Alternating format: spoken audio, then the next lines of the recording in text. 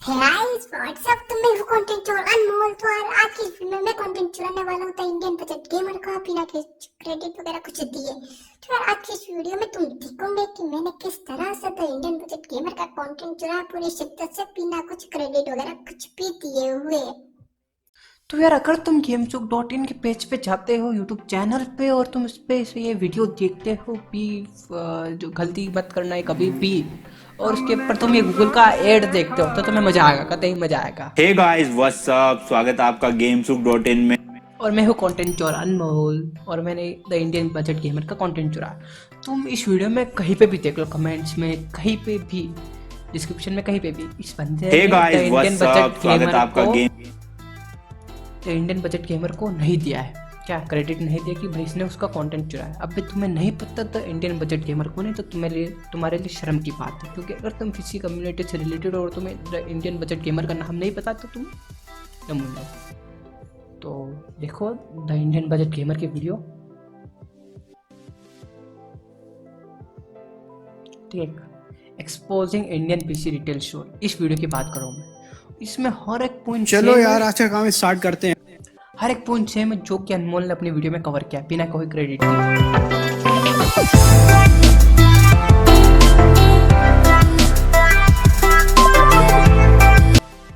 तो यार तुम्हें तो पता ही होगा कि अनमोल ने कोई नई दुकान खोली है, ठीक है, और तो भाई इसी गेमिंग स्टोर के लिए के इस इनडायरेक्ट प्रमोशन के लिए इसने ये वीडियो बनाई थी, क्योंकि भाई ये सिर्फ ये बताना चाहते थे अगर तुम अपनी लोकेलिटी से किसी शॉप से कुछ खरीदोगे तो तुम हाँ। तो भैया कंटेंट चोर अनमोल बताइए आपने क्या क्या किया। तो भाई सबसे पहले स्कैम की बात करते हैं तो वो है इम्पोर्टेड प्रोडक्ट्स का स्कैम। तो तुम्हें तो पता ही होगा कि भाई पाकिस्तान से सामान मंगा के तुम्हें भेज दिया जाता है इंडिया में और उसकी तुम्हें कोई वारंटी नहीं मिलती। मजाक था, मजाक के तौर पे लेना, मतलब हाँ, उन कंट्री से सामान मंगाया जाता है जो जहाँ पे सस्ता मिलता है, जैसे दुबई वगैरह हो गई, और उसको लाके तुम्हें इंडिया में चेप दिया जाता है जिसकी तुम्हें वारंटी नहीं मिलती। प्रोडक्ट ओरिजिनल होता है पर वारंटी नहीं होती, प्राइस भी सेम होता है, ठीक है। तो ये था इम्पोर्टेड प्रोडक्ट्स का स्कैम। तो भाई साहब अनमोल भैया कह रहे हैं कि भाई इस वीडियो में मैंने ये सब स्कैम मेरे साथ हो चुके हैं इसलिए मैं ये वीडियो बना रहा हूँ। तो भैया तुम्हारा चैनल 3 साल से था, 3 साल से तुम्हारे साथ स्कैम नहीं हुए क्या? अभी हुए जो तुम ये वीडियो भी बना रहे हो तुमने अपना गेमिंग स्टोर खोलने के बाद, नहीं चाहते क्या हो तुम, ठीक है। सीधी सी बात है, ये वीडियो ने इसलिए अभी बनाई ताकि ये ज़्यादा से ज़्यादा लोगों को बता सके कि भाई अगर तुम अमेजोन या कहीं से भी, मतलब छोटे छोटे बच्चों को क्या कहते हैं, माइंड डाइवर्ट कर सके कि भाई अगर तुम अमेजोन या अपनी लोकल शॉप से खरीदोगे तो तुम्हारे साथ ये स्कैम हो सकते हैं। भाई अगर तुम गेमचुक.इन से खरीदोगे तो तुम्हारे साथ ऐसा नहीं होगा, ठीक है। और भाई दूसरा जो है वो विदाउट GST है, मतलब भाई तुमसे 18% तो काट लिया पर दुकानदार ने वो 18% जमा नहीं कराया, समझे, बिल फर्जी है, मतलब एट द एंड वो उसके GST नंबर नहीं है, मतलब फर्जी बिल। वो GST किसी भी एंगल से GST नहीं था, मतलब तुमसे ले लिया पर उसने कुछ जमा वो नहीं कराया, उसने क्लेम कर दिया टैक्स का। तो फिर अगर तुम वो बिल लेकर सर्विस सेंटर पे जाओगे तो तुम्हें कुछ नहीं मिलेगा, ठीक है। तो ये था। और भाई इसके बाद भी अनमोल भैया ने यही कहा कि भाई अगर हमसे लोगे तो ऐसा कुछ नहीं होगा, ठीक है।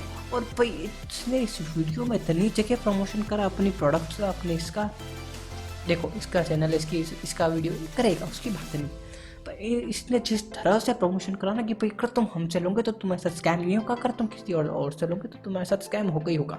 भाई जिन माननीय इंडियन बजट गेमर की इसने वीडियो चुराई थी, जिसका इसने कंटेंट चुराया था, उनकी वीडियो में बहुत कुछ था भाई, बहुत कुछ। इसने सिर्फ और सिर्फ 2 स्कैम बताए थे, 6-7 स्कैम होते हैं और उनमें से 2-4 स्कैम तो ये खुद भी करता है घटिया पीसी पार्ट्स देखकर।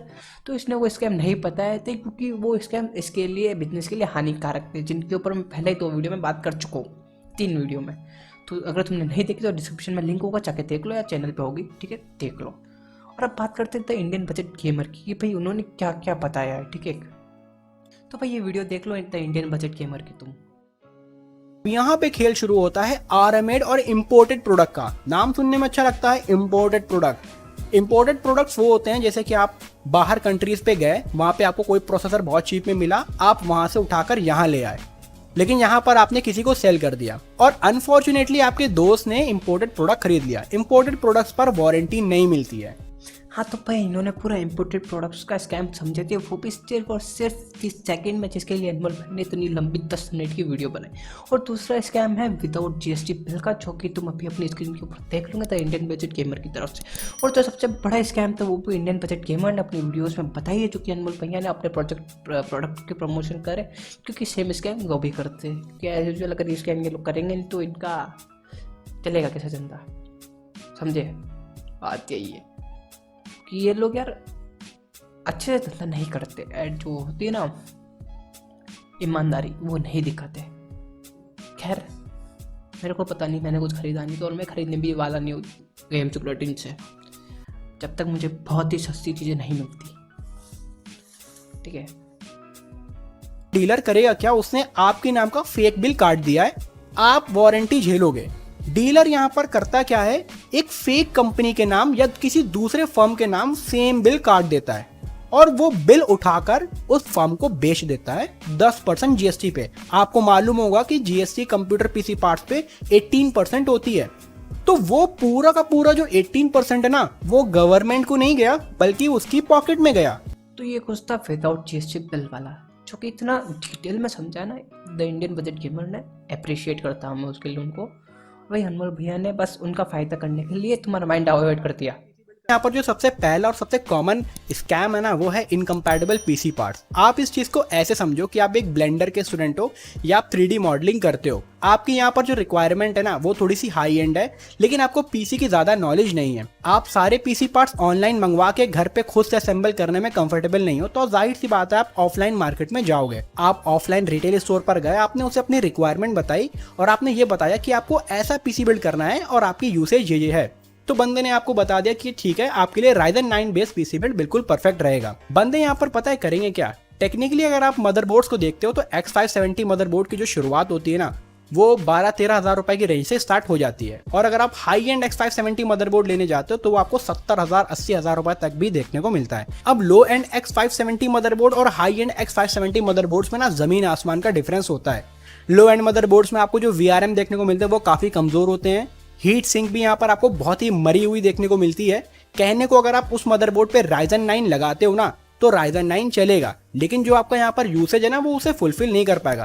जब आप थोड़ा सा CPU हैवी काम करोगे तो उसके VRMs ना वोल्टेज को उतने अच्छे से कंट्रोल नहीं कर पाएंगे, हीट सिंक जल्दी गर्म होने लगेगी, मदरबोर्ड जो आपको जो है जल्दी से हीट अप होने लगेगा, और Ryzen 9 जो आपका है ना वो बूस्ट क्लॉक को हिट भी नहीं कर पाएगा। ओवर क्लॉकिंग तो बहुत दूर की बात है, स्टॉक पे भी आपको उतना अच्छा परफॉर्मेंस नहीं मिलेगा, और हो सकता हो ज्यादा टाइम के बाद आपका मदरबोर्ड खराब भी हो जाए। तो इस स्कैम में बेसिकली यही चीज होती है, आपको पीसी पार्ट जो मिलते हैं ना वो काफी लो एंड होते हैं, इनकम्पैटिबल आपस में होते हैं। कहने को आपका पीसी चलता भी है लेकिन लॉन्ग टर्म में उतना अच्छा नहीं चलता है। अब दूसरा यहाँ पर एग्जाम्पल आता है वो होता है पावर सप्लाई का। अब कहने को 550 वॉट की पावर सप्लाई आपको 1200 रुपए 1800 रुपए में भी देखने को मिल जाती है, लेकिन अगर आप एक रेप्यूटेड ब्रांड की पावर सप्लाई लेते हो 550 वॉट की तो वो आपको 3500 रुपए से कम की कभी नहीं मिलेगी। और अगर आप थोड़ी सी पावर एफिशिएंट पावर सप्लाई के साथ जाते हो तो वो तो आपको 4000 4500 रुपए तक भी मिलती है। अब यहाँ पर आपने Ryzen 9 बेस पीसी बिल्ड किया, आपने यहाँ पर सब चीजें अच्छी लगाई, बंदे ने थोड़ा सा अपना मार्जिन बचाने के लिए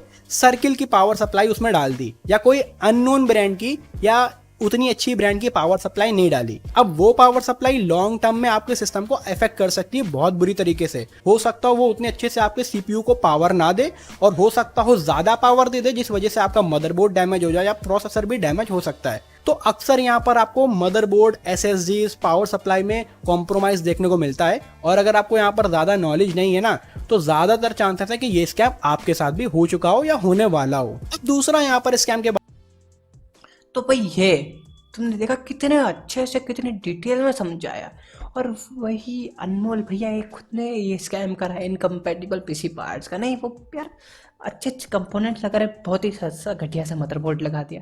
मतलब यार 1 लाख के पीसी में तुम्हें 6000 से 8000 का मदरबोर्ड, मतलब टट्टी यार, वो टट्टी ही है, अनमोल टट्टी ही है। मतलब अनमोल भाई नहीं, अनमोल भाई जो बेच रहा है, या तो उनका वो इंजीनियर टट्टी है। तो मतलब अनमोल भाई प्लीज़, अगर आप ये वीडियो देख रहे हो तो प्लीज़ अपने उस इंजीनियर को थोड़े ढंग के पीसी बिल्ड करें। अगर 5000 भी ज़्यादा लोगे तो कोई बात नहीं, कम से कम 5 साल चलना चाहिए। बात ये है, लॉन्ग टर्म में ये बहुत मैटर करता है। अगर तुम्हें इन सारे स्कैम्स के बारे में अच्छे से जानकारी चाहिए तो प्लीज़ चक्के थे इंडियन बजट गेमर के चैनल पर जाओ और ये वीडियो देख लो, डिस्क्रिप्शन में लिंक होगा दोनों का ही, ठीक है। ये स्कैम होते हैं भाई। और दूसरा स्कैम मैं बताता हूँ कि भाई तुम्हें बताते कि SSD डली हुई, अब तुम सोच रहे हो कि यार भाई 250 GB की 3000 रुपये ले रहे हैं तो कम से कम NVMe तो होगी, पर नहीं यार, वो 250 GB की SATA बेस्ड SSD होती है। कहने को NVMe वाले स्लॉट में लगती है, पर वो है नहीं NVMe SSD, समझ गए तुम। बहुत से स्कैम होते हैं। और भाई अगर मैं तुम्हें अनमोल भैया की वीडियो की बात करूँ तो वो उन्होंने हर एक स्कैम बताने के बाद अपनी चैनल का प्रमोशन किया, अपने चैनल का मतलब अपनी दुकान का प्रमोशन किया। देखो अच्छी बात है, उनका चैनल, उनकी वीडियो, उनकी दुकान, वो वही करेंगे और क्या करेंगे।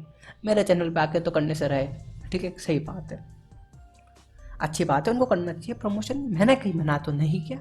बट सर आप माइंड डाइवर्ट मत करो। आप ये कह रहे हो कि भाई अगर कोई अपने पड़ोसी की दुकान चला रहा तो शायद हो सकता है उसका स्कैम हो, या अमेजोन चला रहा तो उसके हो सकता है उसके साथ स्कैम हो, पर ऐसा जरूरी नहीं है। अगर तुम अपने विश्वास वाले बंदे से कुछ ले रहे हो तो जरूरी नहीं तुम्हारे साथ स्कैम हो ही हो।